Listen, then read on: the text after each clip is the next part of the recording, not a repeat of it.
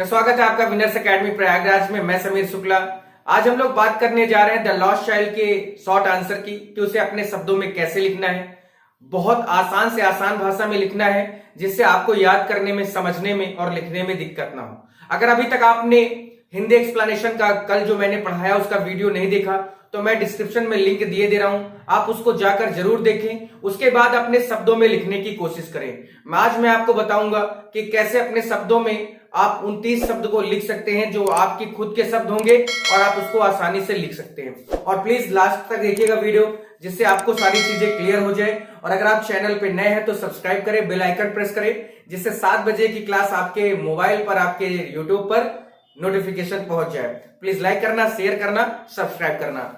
सबसे पहला क्वेश्चन है कि what were the things the child was attracted to in the fair before getting lost. 2017-18 में आया हुआ है, 19 में नहीं आया था, लेकिन 20 में आने के चांसेस इसके हैं। तो सबसे पहले ये देखते हैं कि आखिर क्या वो चीजें थी उस मेले में कि बच्चे के खोने से पहले वो बहुत ज्यादा उन चीजों से आकर्षित हो रहा था। तो वैसे तो बहुत सारी चीजें थी। तो अगर हम लोग लिखना शुरू करें तो ये लिख सकते हैं कि the child was attracted from several things. ये लिख सकते हैं कि जो बच्चा था वो कई चीजों में क्या हो रहा था, बार बार वो अट्रैक्ट हो रहा था। तो the child was attracted to several things. और क्या क्या चीजें थी, जैसे लाइक, तो जैसे टॉयज थे, ठीक है। उसके अलावा स्वीट्स थे, मिठाइयां, है ना, टॉय हो गया, और उसके अलावा स्वीट्स हो गया, मिठाइयां हो गया। और भी चीजें थी जैसे बलून है, गार्लैंड है। ये सारे वर्ड जो है, तो जैसे गार्लैंड्स लिख देते हैं।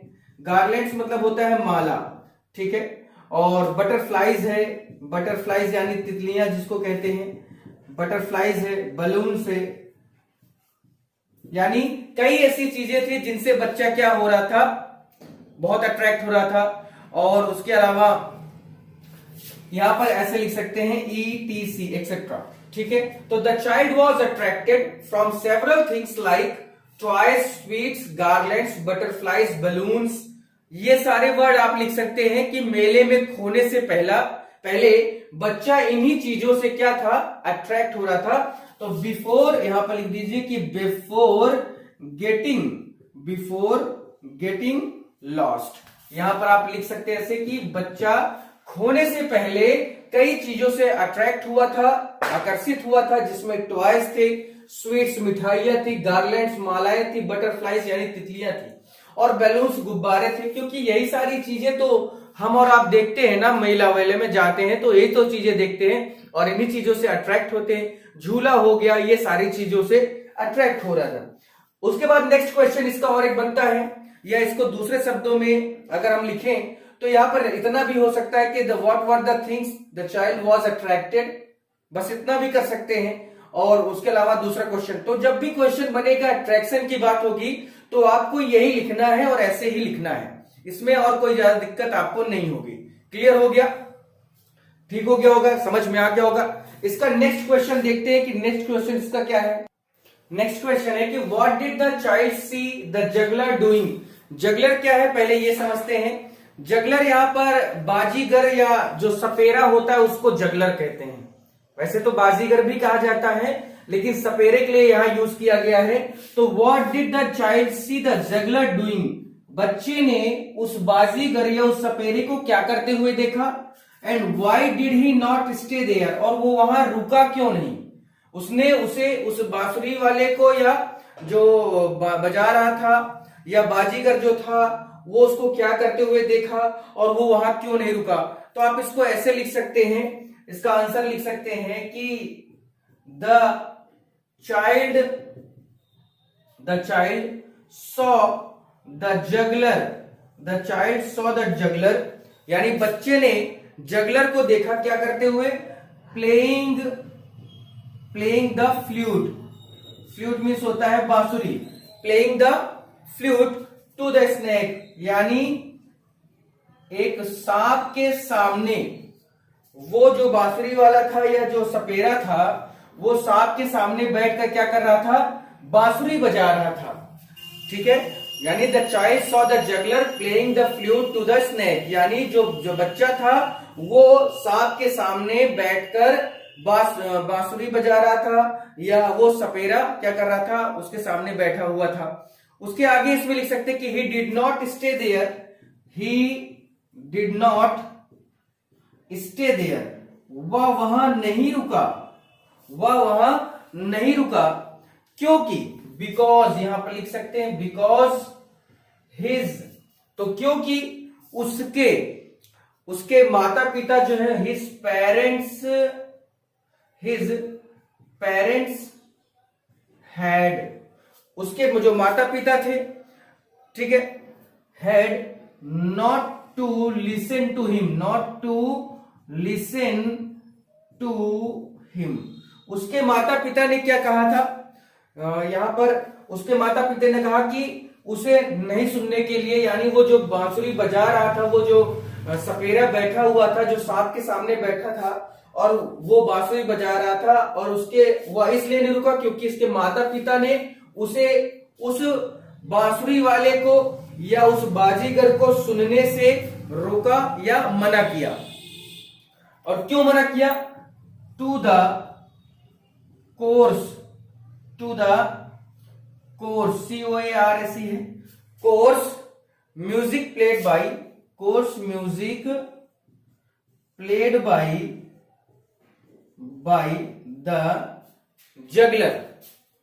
द जगलर, क्योंकि वो जो बांसुरी बजा रहा था उसकी जो म्यूजिक थी वो अच्छी नहीं थी, वो एक डरावनी म्यूजिक, ऐसा लग रहा था कि वो डरावनी म्यूजिक बजा रहा है, या वो लोग उसके मम्मी पापा नहीं चाहते थे कि वो ऐसी म्यूजिक सुने,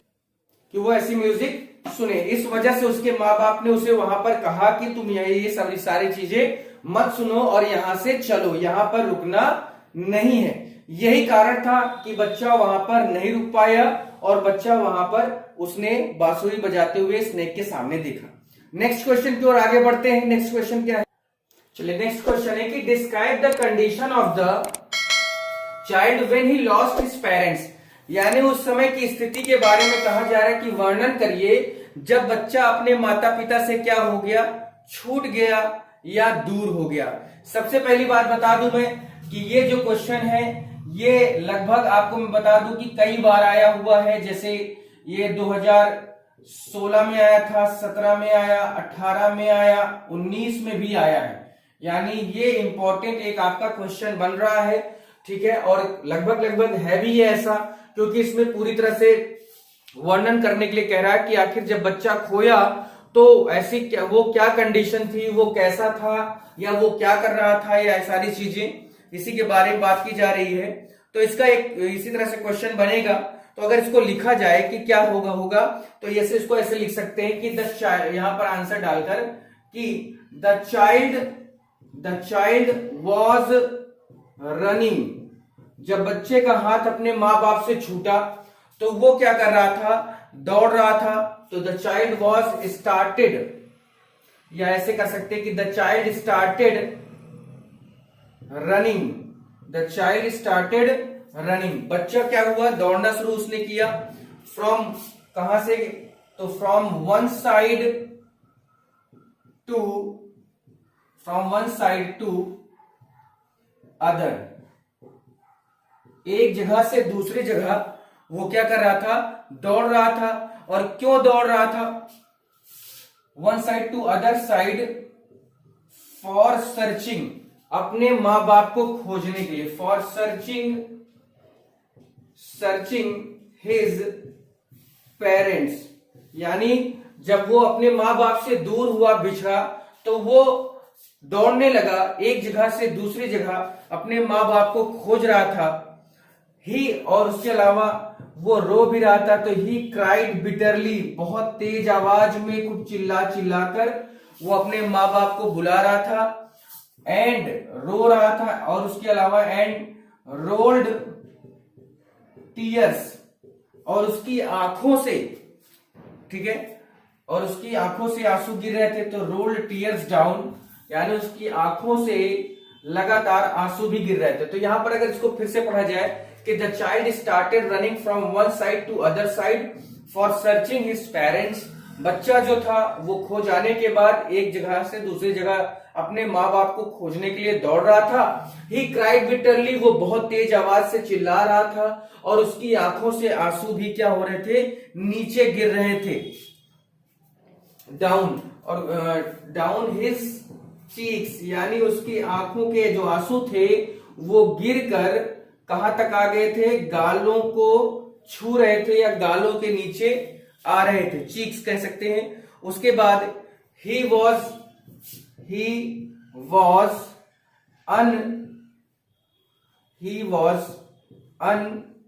अनकाउंसनेबल, ठीक है। उसके आंखों से आंसू निकल रहे थे, वो उसके आंसू जो थे वो गालों को छूते हुए नीचे गिर रहे थे और वो ही वॉज अनकाउंसनेबल एंड वो क्या था, मान भी नहीं रहा था, किसी से कंसोलेट नहीं हो रहा था, यानी किसी की सुन नहीं रहा था और लगातार रिफ्यूज्ड टू हैव नथिंग, और वो किसी से कोई चीज ले भी नहीं रहा था, यानी वो बार बार लोग उसको कोशिश कर रहे थे कि मान जाए, रोए ना। वो बार बार उसके माँ बाप का नाम पूछ रहे थे, लेकिन वो बस केवल रोए जा रहा था और किसी की बात को सुन नहीं रहा था और किसी भी चीज को लेने से वो मना कर रहा था कि उसे कुछ नहीं चाहिए, बस वो अपने मम्मी और पापा को ही चाहता है, इसके अलावा और उसे कुछ नहीं चाहिए। आराम से शब्द को लिख सकते हैं, अगर आपको इसकी हिंदी पता है तो मैं बार बार बोल रहा हूं कि हिंदी जरूर जानो इसकी। नेक्स्ट क्वेश्चन है कि how did the child react to every kind of offer of the man. क्योंकि जब वो खो जाता है तो उसे एक आदमी मिलता है कि बहुत अच्छा आदमी होता है, स्ट्रेंजर, एक अनजान होता है, उससे वो उसको उठाता है, उसको कई तरह के प्रपोजल देता है कि बेटा चुप हो जाओ, तुम ये खा लो, ये ले लो, ये पी लो, ये झूला झूल लो, मिठाई खा लो, लेकिन वो कुछ नहीं चाहता। उसे केवल क्या चाहिए, वो हर चीज को देखने तक से मना कर देता है और वहां पर उसे केवल वो एक ही चीज कहता है कि उसे अपने माता पिता चाहिए। तो वही है कि how did the child react to every kind offer of the man. क्या रिएक्ट करता है, कैसा रिएक्ट करता है जब वो व्यक्ति उसे कई चीजों का ऑफर देता है कि ये ले लो, वो ले लो, ये खा लो, ये पी लो, तो वो क्या कहता है। तो देखते हैं कि the man offered him to see the juggler show. वो आदमी उस बच्चे को अपने गोद में लेकर बोलता है कि चलो मैं तुम्हें ये जो बांसुरी बजा रहा है, जो बाजीगर है या जो सपेरा है, इसका चलो तुम इसको देख लो। वो उसको बार बार मना रहा था कि वो रोए ना, वो चिल्लाए ना, इस वजह से वो उसको ऑफर दे रहा था कि चलो अच्छा ये तुम सांप देख लो, चलो अच्छा तुम ये बीन सुन लो। हाउएवर, उसके अलावा उसके बाद भी the child refuse to have a look at it. उसके अलावा या तब भी वो बच्चा जो था वो उधर देखने से भी क्या कर रहा था, मना कर दे रहा था कि वो नहीं देख रहा था। बार बार उसको कह रहा था चलो देख लो, चलो ये जो सपेरा बैठा है, चलो सांप देख लो, चलो वहां देख लो, भीड़ लगी है। लेकिन उसके अलावा उसके बावजूद वो जो लड़का था वो उसको बार बार मना कर दे रहा था कि मुझे कुछ नहीं चाहिए। Again the man tried two by colourful. उसके बाद भी वो व्यक्ति कोशिश करता है उसे अच्छे कलरफुल रंग बिरंगे जो बैलून्स होते हैं, गुब्बारे दिलाने की, मालाएं दिलाने की, स्वीट्स दिलाने की। But the child refuse him to have a look at them. लेकिन वो लड़का उधर देखता ही नहीं है, उसकी तरफ सुन भी नहीं रहा है, यानी उस पर वो ध्यान ही नहीं दे रहा है कि उसे वो व्यक्ति कह भी कुछ रहा है। सिंपली ही केप्ट सेइंग, वो लगातार एक ही चीज कह रहा था, he wants only his parents. केवल उसे क्या चाहिए, केवल उसे उसके माता पिता चाहिए, वो और कुछ नहीं चाहता। उसे केवल उसकी मम्मी चाहिए, उसे केवल उसके पापा चाहिए। तो ये थी इसकी कंडीशन। एक और देखते हैं, लिखवा देते हैं जो बहुत इंपॉर्टेंट है, उसके अलावा फिर आगे बढ़ते हैं। चलिए क्वेश्चन नंबर 5 है कि describe the natural beauty of mustard field. यानी यहां पर जो उस स्थिति की बात हो रही है जब बच्चा अपना यानी जब क्या कहते हैं, जो लड़का है वो अपने माता पिता के साथ जब सरसों के खेत में जाता है, तो जो वहां पर प्राकृतिक सौंदर्य का वर्णन करने के लिए कहा गया है और बच्चे का जो तितलियों के पीछे भागने का जो वर्णन किया गया है, वही यहां बताना है कि जो बुक में दिया है, जो स्टोरी में दिया है, कि क्या वो सरसों का खेत कैसा था, या जब बच्चा उस तितली के पीछे भाग रहा था वहां पर, तो उसी के वर्णन के बारे में बात की गई है कि आखिर क्या क्या वहां पर होता है। तो यहां पर अगर बात की जाए तो the mustard field were spread, जो सरसों का खेत था वो फैला हुआ था, फार एंड वाइड, दूर दूर तक सरसों का जो खेत था वो फैला हुआ था, फुल ऑफ येलो फ्लावर्स, और उसमें पूरी तरह से पीले फूल दिख रहे थे, या पूरा खेत पीले फूलों से भरा हुआ था, लुकिंग लाइक ऐसा दिख रहा था river of yellow liquid light, कि जैसे लग रहा है पीले पानी की या पीले प्रकाश की, पीली लाइट की कोई क्या हो, नदी बह रही हो। उस खेत को देखने में ऐसा लग रहा था, क्योंकि खेत बहुत बड़ा था, दूर दूर तक फैला हुआ था और फूल जो थे वो पीले थे, इसलिए दूर से देखने में ऐसा लग रहा था कि जैसे लग रहा है कि जो नदी है वो पूरी तरह से पीली हो गई है, या पूरी तरह से पीली लाइट में बहती हुई एक नदी दिख रही है। द चाइल्ड सॉ बटरफ्लाइज, जो बच्चा था वो तितलियों को देखा उसने, as he entered the mustard field, जैसे ही वो खेत के अंदर घुसा उसने सबसे पहले तितलियों को देखा, and tried hard to catch the butterflies, और वो बार बार दौड़कर उन तितलियों को पकड़ना चाह रहा था, बट डिड नॉट सक्सीड, लेकिन वो सफल नहीं हो पाया, यानी वो तितलियों को नहीं पकड़ पाया। तो ये थी कंडीशन, ये थे आपके 5 क्वेश्चन जो बहुत इंपॉर्टेंट थे। I hope and I wish कि आपको समझ में आया होगा। एक बार फिर से मैं कहूंगा कि हिंदी एक्सप्लेनेशन का डिस्क्रिप्शन में मैंने लिंक दिया है, प्लीज आप उसको देखें, समझिए, उसके बाद आप खुद, मैं कहता हूं इस आंसर को मत लिखना, मैं कहता हूं कि इस आंसर को मत लिखना, बस उस हिंदी को देखना, उसके बाद अपने शब्दों में लिखने की कोशिश करना, बहुत आसानी से आ जाएगा। और भाई मैंने आपसे कहा है कि बहुत आसान है, इस बार खूब नंबर लुटाया जा रहा है, लूट सको तो लूट लो, ये आपके ऊपर है कि कितना आप लूट पाते हैं या कितना नहीं लूट पाते हैं। और मैंने कल से ही वीडियो का लिंक जो है व्हाट्सएप पे शेयर करना शुरू कर दिया है, और वो हो चुका है, जो प्रॉब्लम थी वो सॉल्व हो गई, आपका चैनल मोनेटाइज हो चुका है, इसके लिए बहुत बहुत शुक्रिया, थैंक यू। और उसके अलावा अगर किसी को भी व्हाट्सएप से जुड़ना है या आपको कोई भी चीजें हैं जो बहुत प्रॉब्लम कर रही हैं, तो आप इस नंबर पे कॉल कर सकते हैं, टेक्स्ट मैसेज कर सकते हैं, व्हाट्सएप कर सकते हैं 6386471551, ठीक है। इसी नंबर से मेरा टेलीग्राम भी है, सारी चीजें हैं। तो प्लीज आप इस चैनल पर बने रहें, लाइक करें, शेयर करें, सब्सक्राइब करें, कमेंट करें और शेयर जरूर करें अपने दोस्तों को। फिर आज के लिए इतना ही, थैंक यू।